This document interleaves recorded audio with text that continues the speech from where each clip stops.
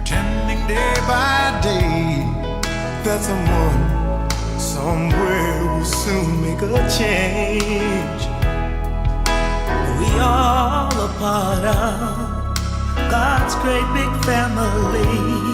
And the truth, you know, love is all we need.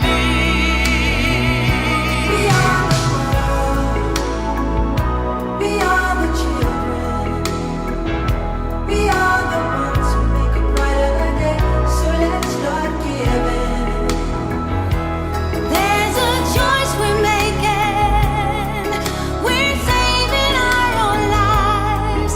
It's true, we make a better day. Thank you so much for coming out today. My name is Ben.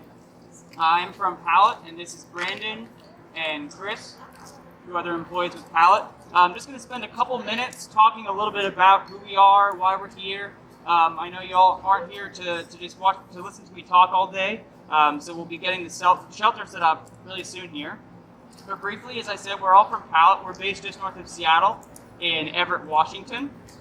We are a social purpose company, and we have a dual mission of one, ending unsheltered homelessness by complementing cities and counties and areas' existing strategies to end homelessness. And we also aim to provide employment opportunities for people with lived experience in homelessness. So everything you're about to see today isn't just designed by an architect or an engineer.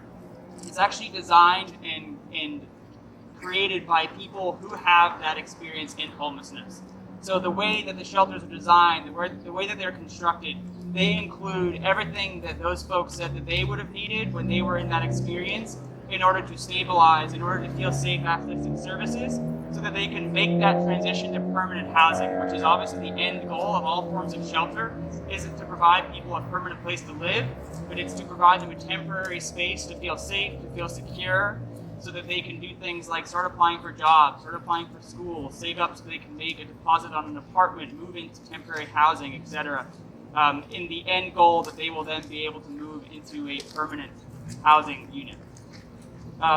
Briefly, a little bit about us. We have about 30 communities set up across the country at this time.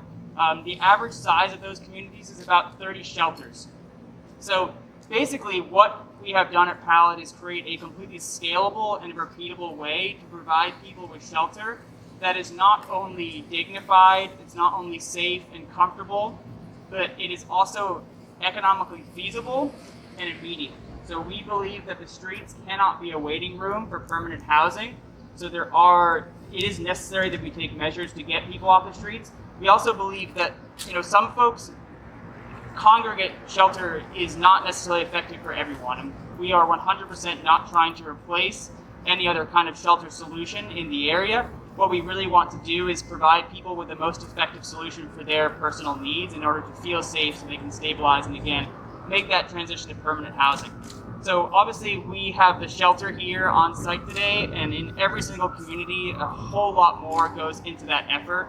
Whether it be the case management and the service provider that is on site, that knows the community, knows the folks that are going to be able to benefit from this kind of shelter, or whether it be the communal bathrooms, showers, laundry, the communal spaces that we are also able to provide in a similar fashion, or the security services that a vast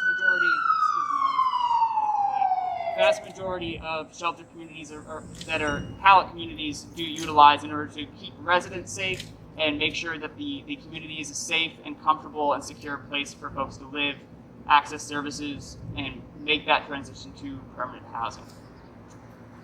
So I'll stop there for now. We are going to start setting up the shelter. It'll take us about 5 minutes or so to get the first panels up, at which point I will peel off from the construction and I can talk a little bit more about the shelter themselves, the different sizes we have, the amenities, safety features, etc. So feel free to check this out, and then once we get it completely set up, we'll be able to have people take a look inside the shelter and definitely have time for people to ask questions and get all the information people want about Pallet in our communities. We can't go on pretending day by day that someone somewhere will soon make a change. We all a part of God's great big family. And the truth, you know, love is all we need. We are the world. We are the children. We are the ones who make a brighter day. So let's start giving. There's a choice we're making. We're saving our own lives. It's true, we make a better day. Just you and me.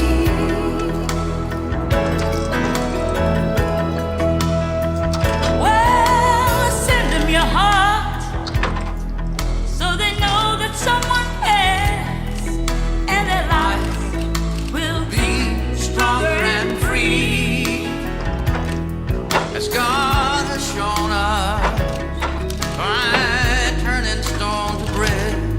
And so we all must lend a helping hand. We are the world. We are the children. We are the one to make a brighter day. So let's start giving. Oh, there's a choice we're making. We're saving our lives. It's true, we make a better day, just you and me. When you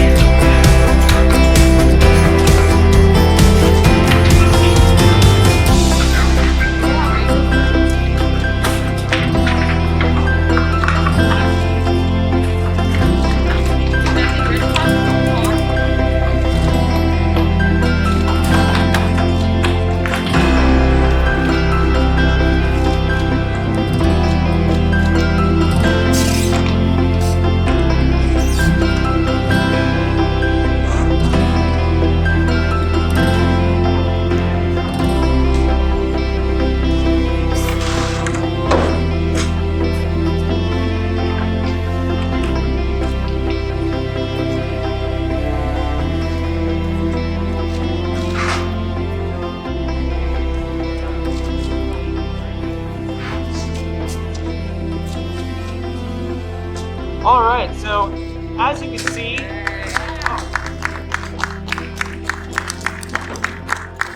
so getting the panels up is an incredibly quick process. That took us a little bit longer than it usually does, so we're a little disappointed ourselves.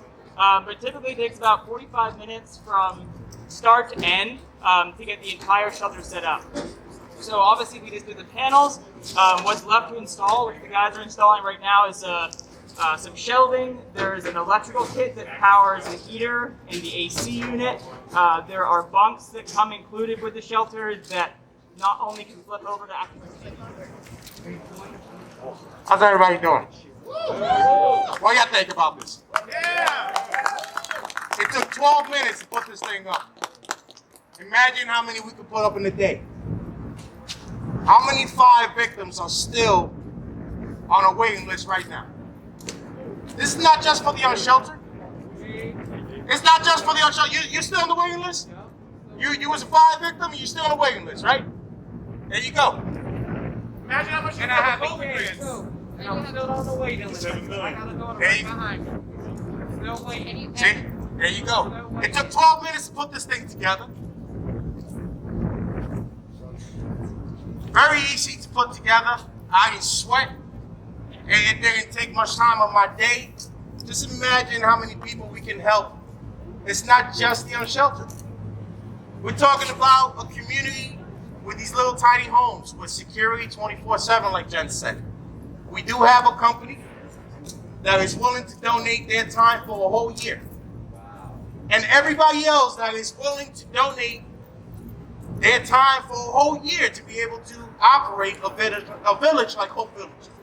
We're going to let everybody know who they are as soon as we got some answers. We need some answers. We need to know what's going to happen from this point on. Not everybody agrees. We know that. We're getting a lot of resistance. This ain't personal, but this is supposed to be about taking care of your community. This is supposed to be about taking the people, your neighbors, your family, off the streets into a place where they can have a roof over their head, where they don't have to be separated from their kids, where the mother doesn't have to be separated from the father and the kids counsel. That doesn't need to happen anymore. We're talking about a structured plan, a structured community with real resources where we could cater to every single individual as an individual. Everybody's reason for being homeless is different. It's not drugs, it's not alcohol all the time. That's the least of the problem. Can you talk a little bit more about family? I'm sorry? Can you talk a little bit more about how the families can be integrated in the council? Well, as we know, this is not going to be a permanent solution.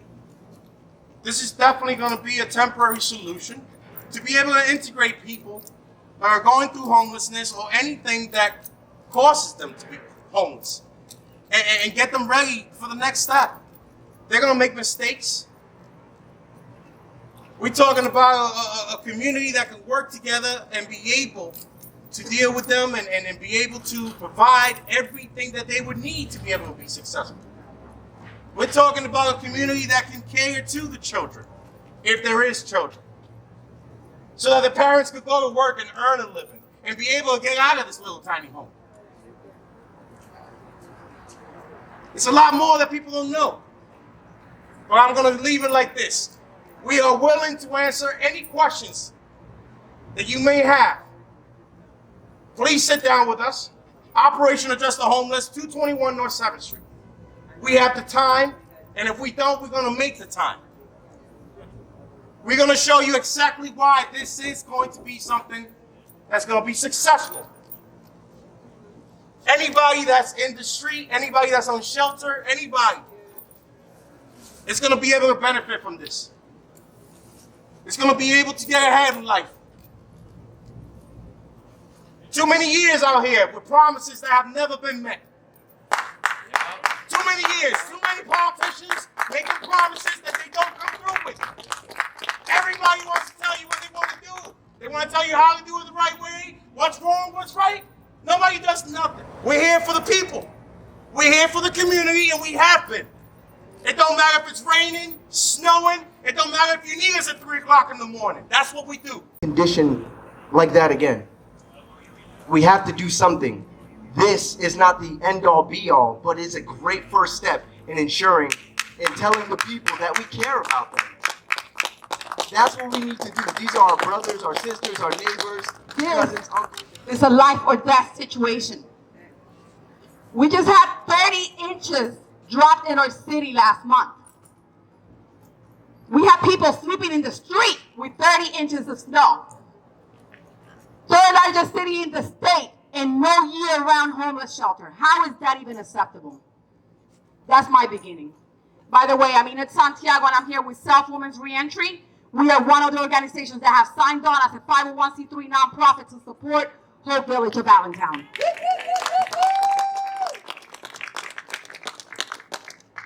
Today I stand beside fellow individuals working to help those society deems disposable.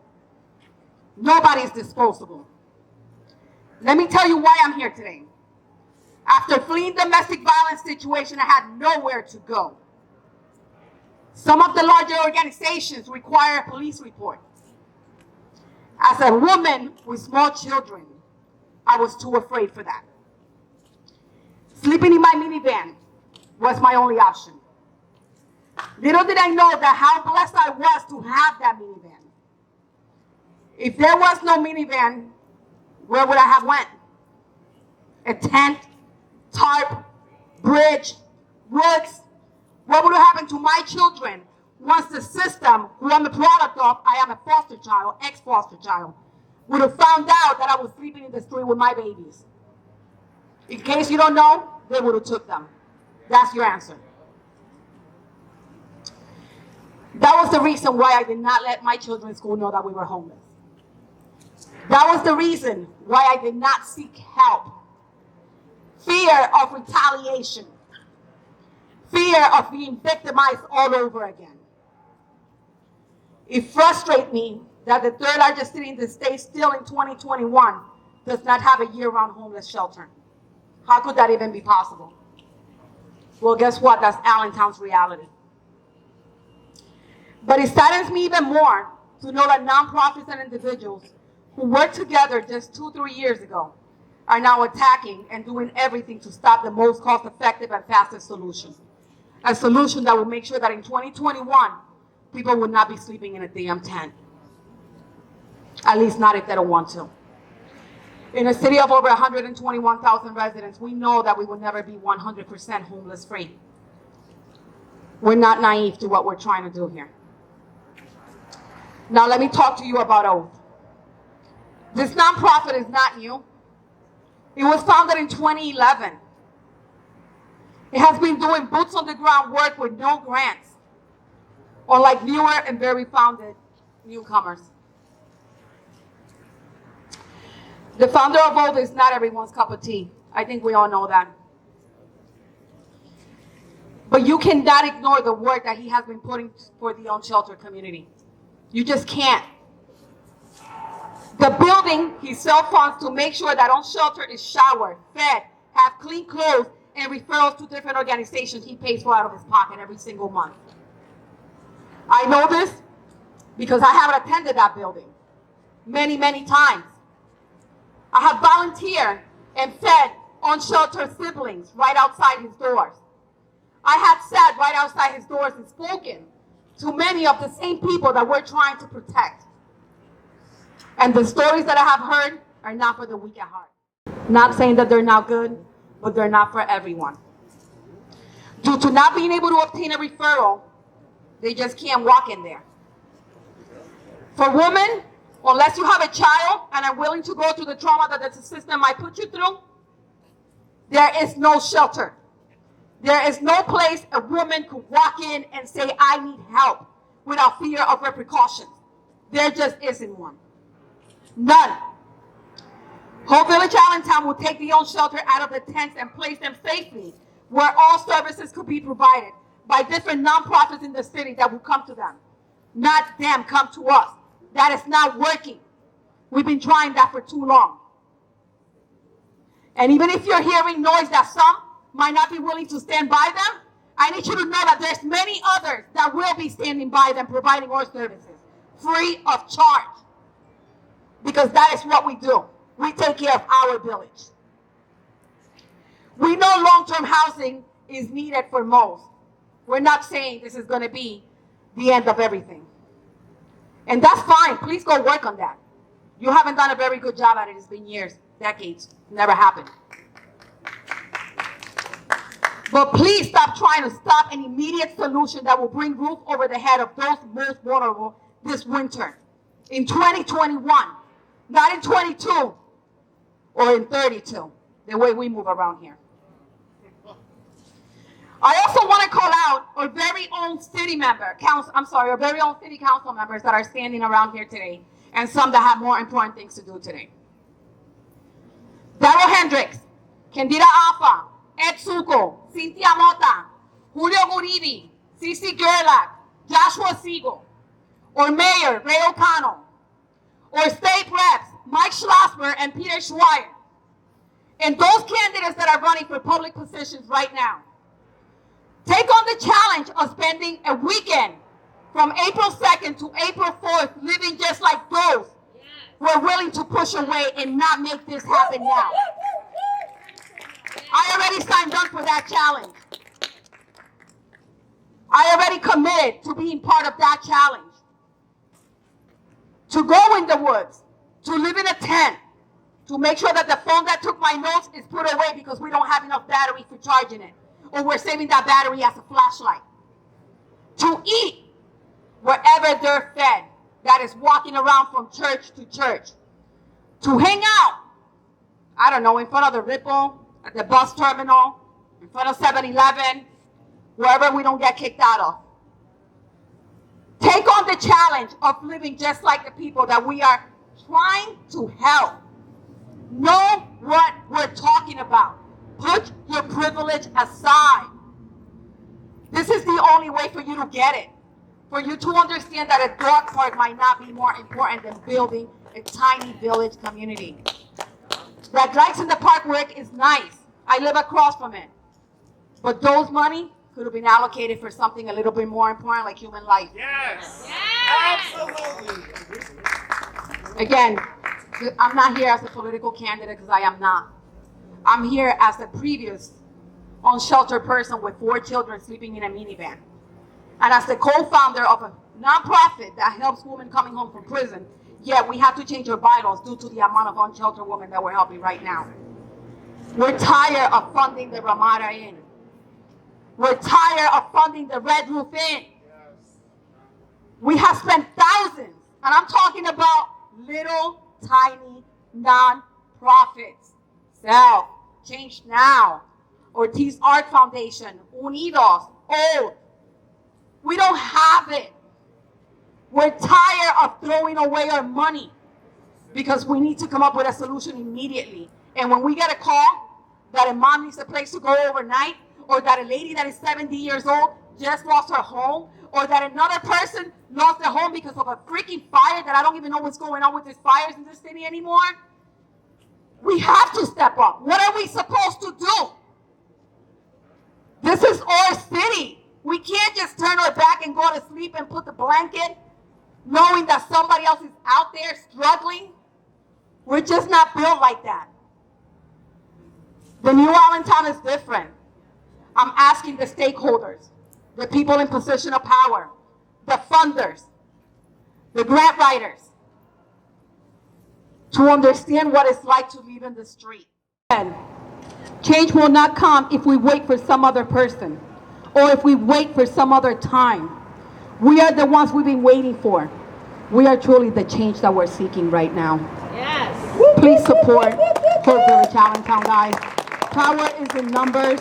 It takes a village. We have proven this time and time again. We're not saying this is all that's needed, but this is the immediate solution that has a plan in action. So please stop trying to reinvent the wheels. Put some freaking rims on there and go with it. It's done. Help fund this. Help get it going.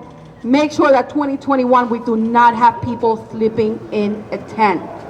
Don't go to sleep with that in your head. I was a vote away from making that happen, yet I decided that, I don't know, going back to my dog park was more important that day. These are human lives. I don't want to hear another person that died frozen. Frozen. Because they were hiding in a corner, they had nowhere else to go.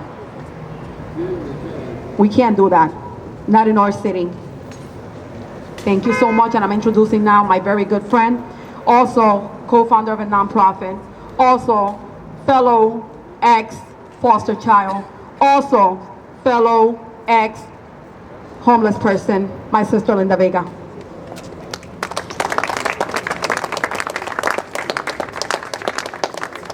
How's everybody doing? I said, how is everybody doing?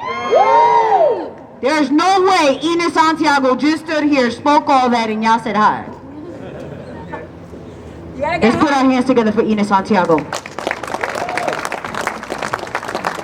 Why do I say let's put our hands together for Ina Santiago? Because when you stand in front of your community and you have a mic in your hand and you have all kinds of cameras on you, and you become vulnerable enough to share your story so that others can understand what your fight is about on that specific issue, it takes a lot of strength and it takes a lot of courage. There are many of us out here who will never stand in front of a room of people and say, hey, I used to be unsheltered because of the embarrassment. I'm not going to do that to my family. I don't want people to know. I'm going to tell you guys a story. Before I tell you guys a story, I have to say, I'm just getting to know Tommy today as a man. Just getting to know him. Heard about him. But I'm getting to know him as a man. And what I'm getting to know about this man, yo, brother, you got my heart. You got my commitment. You got my loyalty. The grind is real. I want to say this out loud. Anybody that knows me knows I have no hair on my tongue. I'm not afraid of anybody or anything. Today is not a political stunt. I don't have none of my gear on. I came today to speak as a person who used to be unsheltered, homeless. Let's define homeless. Homeless is when you don't know where you're laying your head at night. Homeless is when your stomach is growling and your hands are shaking and you don't even have a piece of candy. Homeless is when you're sitting there and you look over to your left and then you look over to your right and you're by yourself. Somewhere hidden behind a big trash can, in between two buildings, in a park, bush, somewhere in the woods.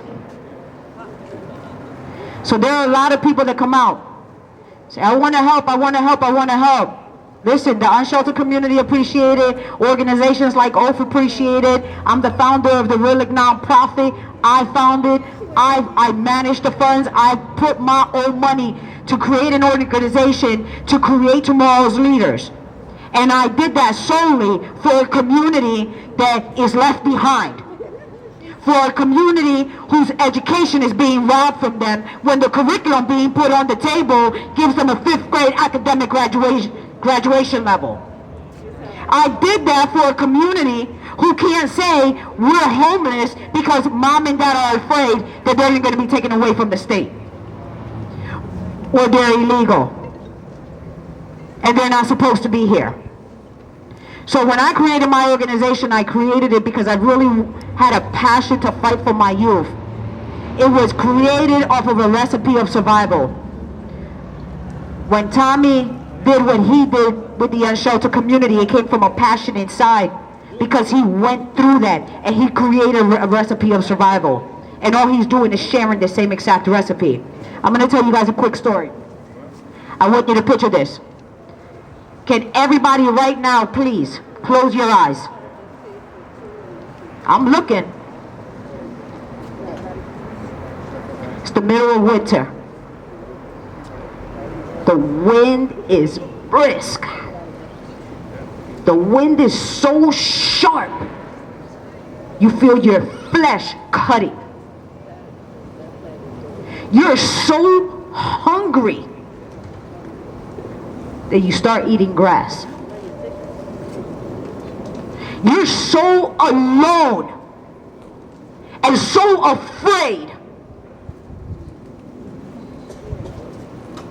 that you're scared that the guy walking down the street is going to see you laying behind that bush. Only so you could be abused again. Behind a hidden bush that was supposed to protect you. And you turn around and you look up and all you see are tears.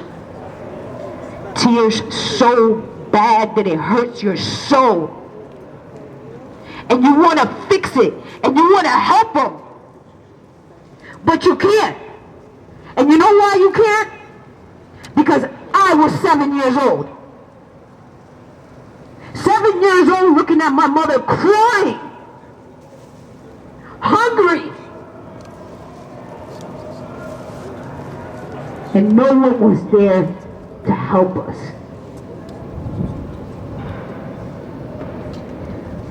We were robbed. We were abused. I lost my faith in God.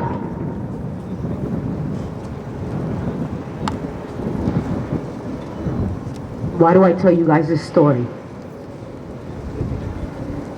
Because that built who I am today. That built who I am today. And I took that and I let it get me through life. And when I became homeless again at 14 on the streets of the Lower East Side, anybody that knows anything about the Lower East Side, that's a concrete jungle. Yes, it is. Then I became homeless again at 17. I was homeless 3 times in my life. I was unsheltered 3 times in my life. Because there was an entire city full of politicians who didn't care. Because the same people put in the same positions to protect us and feed us couldn't do that. Because of how much melanin I have in my skin tone? Because I'm not worthy of an education? Don't worry about it. I know the reason. You know the reason too. I was part of the Ford prison profit budget. Tell you this, I figured that out. And now I became angry. And what happens when you become angry and you've already learned how to survive? Because there's nothing you're going to do to me I ain't already been through. I got educated. This community right here that they're talking about is going to give people the opportunity to gain education. Education is the key out. And then I took that passion, I took everything that I knew, and I refused to lay down and die.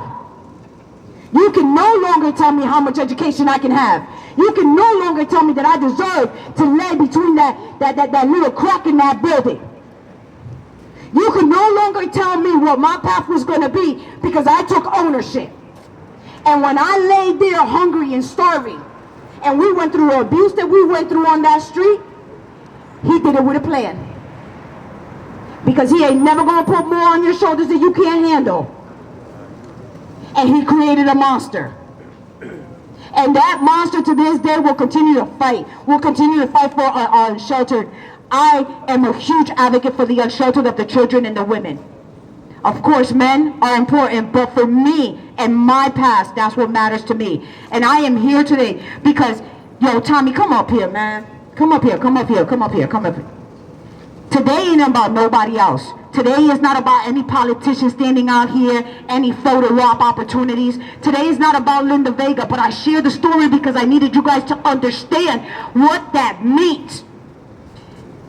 We had a conversation a minute ago. What happens? Just imagine this. What happens if you give an unsheltered person a chance or they figure out a recipe to survival? Become a beast. And that's Tommy. Give me a round of applause.